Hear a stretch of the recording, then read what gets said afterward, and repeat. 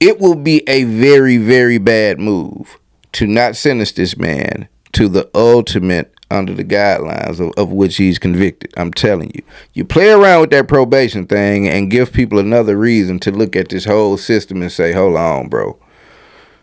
This is not working for everybody. It'd be a dangerous move at this climate, so I just like to sprinkle that out there. This morning, closing arguments expected to begin in the high-stakes trial of the former sheriff's deputy accused of shooting and killing an unarmed Sonya Massey. Sheriff's Office!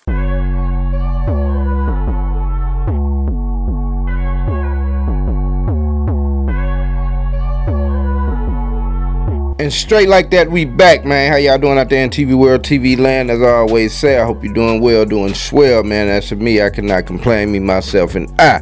But as always, if you like what I'm doing, like and subscribe, get me into the algorithm, and I will go accordingly, as I always say. Now, let's get right into this thing, man. Those of you all remember an incident that occurred back on July the 6th of 2024. That was the unfortunate murder of a young woman named Sonya Massey, 36-year-old resident of Springfield, Illinois. Was shot in the head by an officer by the name of Sean Grayson. And we all sort of remember what was going on, but just to refresh you all about what happened that night, let's get into a bit of the footage from that night.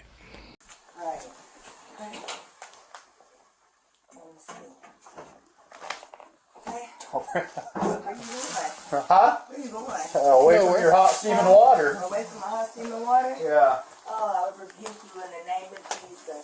I rebuke you in the name of You better not. I swear to God, I'll shoot you right in your face. Okay, I'm sorry. Drop the pot! Drop the pot! Drop the pot! 19 shots fired. Shots fired! Shots fired! Drop the pot!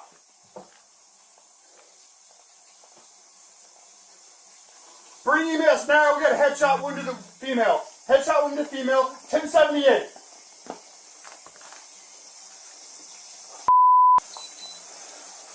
I was on. I'm gonna go get my kit. No, if you headshot, dude, she's done. You can go get it, but that's a headshot. Now, as you can see, that was a recap of what happened once they made it inside of her apartment. What you didn't see, what wasn't explained, if you have forgotten the particulars of the case, starting at about 12:50 on the night of July 6, 2024, Miss Massey dials 911 from her home with complaints of an intruder, someone outside the premises. She's having an episode is what we come to eventually find out. About 1 a.m., 10 minutes later, the two deputies arrive. They search outside. And in my previous video, I did a video on this when it happened, and I put the entire cam from the time when they pulled up. You know, it shows Officer Massey going and searching and looking inside some cars, all outside the premises. It was just super messy. And then when they got on the porch, there was no reason for him to have to enter, but he kept asking her information and she didn't want to give it, and he eventually found a way to go ahead and enter. And then you saw what happened after they entered. Now, you heard in that video, he was awfully trigger happy. He went immediately to grabbing his gun when she's standing over here by this pot of water. But as we go down and through this video, I mean, people that know about this already know the full story. She was not about to throw the pot of water at him. She was moving it out the way. He told her to drop it, giving her crazy commands while having a gun on. It's just, it was a wild situation. But that officer was indicted. And put into the criminal justice system, and to see an outcome on what a jury of his peers would decide would be his fate for this heinous act of violence, which we just viewed. You dig what I'm saying? And so hereabouts October 22nd of this year is when they started to pick out a jury. You dig what I'm saying? Deliberations and all of that start. Jury selection began on October 22nd, and here we are a week later, and we have some news from this thing. But it's been an interesting week of deliberations and testimonies, and usually in these trials, the defendant usually doesn't take the stand because there's really no favors that you can do yourself in a trial like this. The best thing is to kind of stay off that stand, because once you're on the stand, you get cross-examined by the opposing counsel, and they are there to trip you up and get you, all twisted up in your words. So most times they steer clear from allowing the defendant to hit the stage, but they did in this case. And so let's get into some of this and let's see how this thing played out. Now at 4:30, it was a pivotal day in the murder trial of former Springfield Sheriff's Deputy Sean Grayson. Grayson took the stand and told the jury that he fired on Sonya Massey in an act of self-defense. Now, Massey was killed in her own home after she called police about a suspected prowler. Charlie Wojciechowski has been following Grayson's testimony since this morning, and he joins us now with more of what he said on the stand. Charlie? Well, Alex, Marion, we are moving into the defense phase of this trial, and Sean Grayson's attorney played their biggest card first. Former Sangamon County Sheriff's Deputy Sean Grayson didn't have to testify at his murder trial. But for his attorneys, it was a calculated bet. In the face of damning body cam video, this version of events could change the jury's perception. That's always a juggling contest of the defense and the defense lawyer as to whether the defendant's going to testify. On the stand, Grayson described what he saw when he walked into Massey's home, including a Bible on the table and a baseball bat on the couch. I matched the threat level, Grayson told the jury. She was being very stern, no joking, meaning what she was saying. You have an ID, that'd make things so much easier. He said he decided not to use his taser because of what she was wearing and his fear that it wouldn't work. Oh, I rebuke you in the name of Jesus. But it was at this point, Grayson said, the situation changed. Massey, he said, moved into the kitchen and toward the stove. It wasn't until I got closer to the cabinets that she jumped up and grabbed the pot, he said, raised it above her head. As she was throwing the pot at me, that's when I fired the gun. Also taking the stand on Grayson's behalf, Glenn Corbett, who owns a consulting and training company that specializes in use of force and police procedure. He told the jury what Grayson did conforms with generally accepted practices and principles. Pulling the trigger was the tactically sound thing to do, Corbett said. Massey's intentions with the pot of water do not matter. Only the officer's perception is what matters. But Massey's family says she suffered from mental health issues. Sonya was having one of those emotional disturbances. She wasn't well at the moment. And certainly when you have a white police officer facing a black woman, you can't help but think that this officer, during this particular disturbance, acted in a way that was unreasonable and used excessive and deadly force. Now, Massey's family has already reached a $10 million civil settlement with Sangamon County. This is the criminal case against Grayson. So what kind of penalties could he face, Charlie? That could be pretty severe. We're talking about 20 to 60 years in prison just on the conviction for first-degree murder. But because he used a handgun, discharged a weapon in this case, there's an enhancement that could take it from 25 years to life. Okay. Charlie, thank you. Antonio Romanucci. I like what he said there. This white cop standing in the face of this black woman, you have to question whether there's a ulterior motive to his extreme escalation. You dig what I'm saying? So I echo those sentiments exactly. You hear Grayson on the stand saying that he thought she was dead serious about the things she was saying. She never threatened them. She said that I rebuke you, and depending on what you what you label people of a certain demographic, there are some people that say the devil moniker fits perfectly. You dig? So her rebuking of what she may have viewed as a devil is not grounds to pull your weapon on someone. You understand what I'm saying? From where they were standing, the pot of water, how far could she have flung? First of all, let's just say, let's assume she was going to try and throw the entire pot of water. Well, she wouldn't have been able to sling that uneven. It's water. Water's going to find its level. So the minute it starts moving, it's going to change the trajectory of what you're trying to throw. So that wasn't a threat. Okay, maybe she's thinking that she's going to fling the hot water on him. Okay, that may have been a thing, but you're telling me you could have backed up and backed out the door. And then you hear him say, when people say, well, what about a less lethal use of force in order to subdue your assailant in the form of a taser. Well, Officer Grayson says he didn't think that it would work because of the type of clothing that she had on and whether or not it would penetrate her clothing and get down to her skin. Now, I don't know that I've ever seen an incident where I've seen cops tase a person where they gave a damn about him having a shirt on.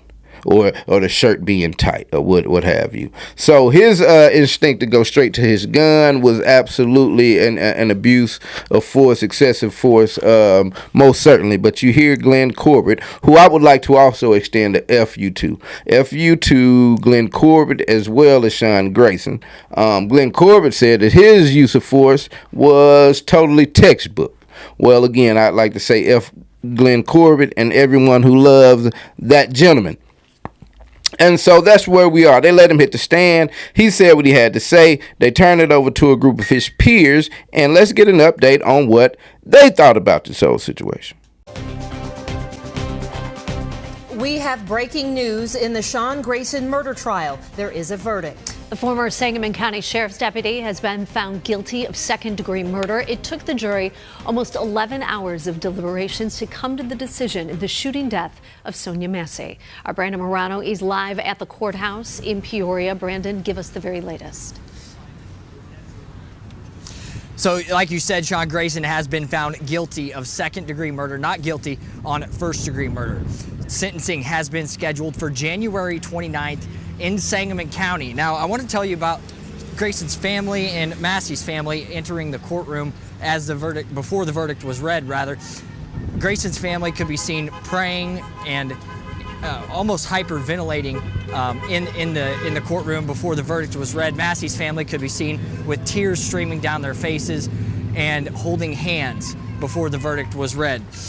Now, this morning the jury finished deliberations after more than 11 hours, really. I was in the courtroom at 9 a.m. when the jurors addressed the room and explained deliberations were continuing. Ultimately, they had to decide if Grayson was justified or not in the shooting death of Massey. It happened in July of 2024 when she called for help regarding a prowler. Now, you may remember Grayson was initially charged with first-degree murder, aggravated battery with a firearm, and official misconduct. At the start of the trial, the judge dismissed the last two, leaving only 3 counts of first-degree murder. Then the option of second-degree murder was introduced by the defense. That's ultimately what the jury decided on. We're going to have a lot more updates and a press conference from Sonya Massey's family coming up momentarily right here in front of the courthouse. Jennifer. And so there you have it. Former Officer Sean Grayson of the Peoria Police Department, Springfield, what have you, convicted second-degree murder in the murder of Sonya Massey. Now, people were clamoring there was a possibility that it could have been first degree, which would have carried a 20 to life. I'm not sure if the death penalty is in that state or how it falls under those parameters. I don't know. I guess maybe that's capital murder that only gets that treatment. But instead of first degree, second degree murder, which carries a sentence of no less than 4 but no more than 20 years of incarceration. Or possibly probation. And I would just like to state for the record that in the current climate that we have in the United States of America, to give that man anything less than the maximum being 20 years, to even play with the possibility, the idea of giving him probation, I'm telling you, powers that be out here, if you happen to cross this very small channel and this video coming from this very small channel, just understand what I'm telling you, and you will be able to look back at this and say that I told you so. It will be a very, very bad move to not sentence this man to the ultimate under the guidelines of which he's convicted. I'm telling you. You play around with that probation thing and give people another reason to look at this whole system and say, hold on, bro. This is not working for everybody. It'd be a dangerous move at this climate. So I just like to sprinkle that out there. So 20 years is what he's looking at, man. And I guess from one form of it, you can say, well, the fact that he was indicted and now convicted is a step forward. We've seen this happen a couple of times in the past, and I feel that it's ramping up. But I don't think that the message has permeated through law enforcement in our country, because you can turn on your television, your Twitter, what have you, any day and see countless instances of cops abusing their power, profiling, fishing, the whole 9 yards. So you hear the family, they've reached a $10 million settlement. They now have a conviction. They don't yet have a sentence, but they're not happy. And at least we have Pops to spread some words about his beloved daughter. I'm James Wilburn. I'm her father. Sean Grayson should be able to get out of jail. My daughter can get out of that burial vault and walk out of Oakwood Cemetery. And I know that plot that's waiting for him, he can get to it as soon as he can. And it wouldn't make me any difference at all. But there's a difference in this country when you have my skin color and Grayson's skin color. We need serious justice, not a miscarriage of justice that happened here in Peoria. We need to pass the George Floyd Policing Act. We need to pass the John Lewis Voting Act. We need to make the Sonya Massey law across the whole United States. Then no family in our country can go through what our family has gone through, because this man should have never had a badge and a gun. This man was kicked out of the service. He was in 6 police departments in 3.5 years. That is shameful. Shameful on Sangamon County for even having a person like that, giving him a gun and a badge. And his gun, he had a sight on it. He had a laser sight. So all he had to do was put that laser sight where what he said he was going to do. He said he was going to shoot my daughter in the face, and he did it. He shot 3 times, but even with a laser on and going through a police academy twice, he still only shot her the once, which was good enough. But you see, my Judeo-Christian upbringing tells me to be absent from the body is to be present with the Lord. So my joy here today is that I know I'll see my baby again. And whenever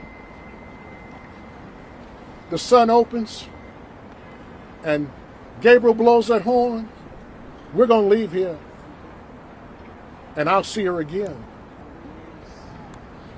That's about all I can tell y'all right now. So there you hear Mr. James Wilburn, the father of a one Sonya Massey. He starts his, and it's more to that if you want to click online and watch the whole thing. But he starts with saying that he should not be able to see the light of day again in 20 years. My daughter cannot walk out of the cemetery, and under the circumstances in which she was placed there, I don't feel that this man should ever be able to come out and see the light of day again. Now, he can go out and see the sun from the yard in the prison, but he should not be able to come outside of those fences. And, you know, again, if you look at the criminal justice system, man, and people that are often caught up in the same type of crimes, you know, the sentences are largely disproportionate. You dig what I'm saying? He went down the record of this guy and how many police departments he had been fired from. Obviously a bad apple, obviously not a person that needs to be in law enforcement, but they'll use the excuse that they're short on help. And that may be true, but you've got to wonder why. Why are there so many people not wanting to be cops? And so, you know, there's something to that, man. But large and in part, rather than being short, it seems that they like to stock their employee force with like-minded individuals from a certain demographic. You dig what I'm saying? And so instead of being short, I think it's probably more of a molded workforce. You dig what I'm saying? And so You heard him say that we needed to pass a couple of these reforms, the George Floyd Act, the Sonya Massey law, that'll hold these people more accountable for their actions out here in these streets, man. And, the current administration we got right now, I think that's a pipe dream to get any of that passed right now. But, the primary is coming up in a minute. Maybe things will change up. And maybe here in 2-3 years when we're able to make a better decision as a country, we can get some people and some things in place to start to turn the tide on these things, because it's not particularly getting any better. We're making incremental moves, towards being a more perfect union. That sounds kind of yucky coming out of my mouth, but evolution is unmatched and unbeaten. So it will continue to go forward, man. And like I said, maybe we can look at this as another instance of people just coming to terms with what a certain people deal with out here in the world, and just holding people accountable, man, and maybe making this a situation where other people that act in these capacities in their jobs will treat their jobs with more care as they approach certain individuals, because they know that that's crazy if they take their foot off the gas just because they know they may be sent to prison. Damn, that's one thing. It's like you still want to do it. I think there should be some type of checks and balances, man, to see who we're putting into these law enforcement roles, man. But again, with what we got going on right now, we got a lot of battles to fight, man. But this seems to be one that we can take as a win for the collective. I don't think there's anyone out there that should have a problem with what went on. Maybe Glenn Corbett, whatever his lame ass is. But outside of him and Sean Grayson, and maybe his family, no one has any sympathy for that situation, because he had no business shooting that lady over a pot of water. He had no business inside the home anyways. He kind of created that situation. And so here we are, man. But I want to bring that to my people and let you know where we are. Sean Grayson convicted of second-degree murder in the murder of Sonya Massey, sentencing to be here in the near future. And so once that comes around, I'll definitely bring that to my people. But stay safe, keep your head on the swivel out here, man. We have bad apples out here that are supposed to be around to serve and protect, and a lot of times it does not go that way. So again, as updates come, I bring it to you. But until then, it's been straight like that. I'm out. Won't they do? Won't they do? Head up, head up. Won't they do?